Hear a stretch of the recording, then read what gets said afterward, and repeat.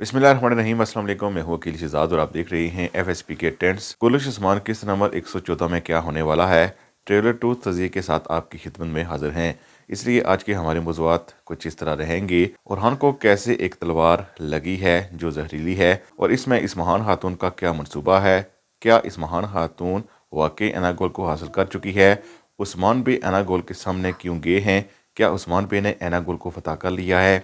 आज के हमारे मौज़ूआत यही रहेंगे। लेकिन वीडियो शुरू करने से पहले आपसे गुजारिश है कि अगर आपने FSP के टेंस को सब्सक्राइब नहीं किया तो ज़रूर सब्सक्राइब कर लें। चूँकि हमारी लाइट थोड़ी कम है और वजह आप जानते हैं कि पूरा पाकिस्तान इस वक्त तारीकी में डूबा हुआ है।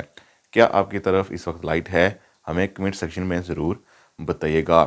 एना गोल के हवाले से अगर देखा जाए तो इस महान खातून एना गोल में गई हैं, लेकिन लगता नहीं कि वो एना गोल हासिल कर पाएंगे हैं।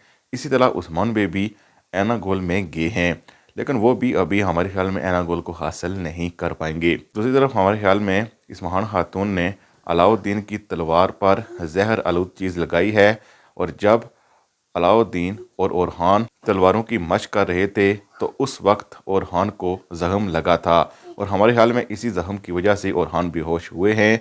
और चूँकि इस महान खातून चाहती है कि बाला खातून और मलहन खातून आपस में इस वजह से लड़ें, लेकिन हमारे ख्याल में ऐसा कुछ नहीं होगा। वो सारी साजिश समझ जाएंगी।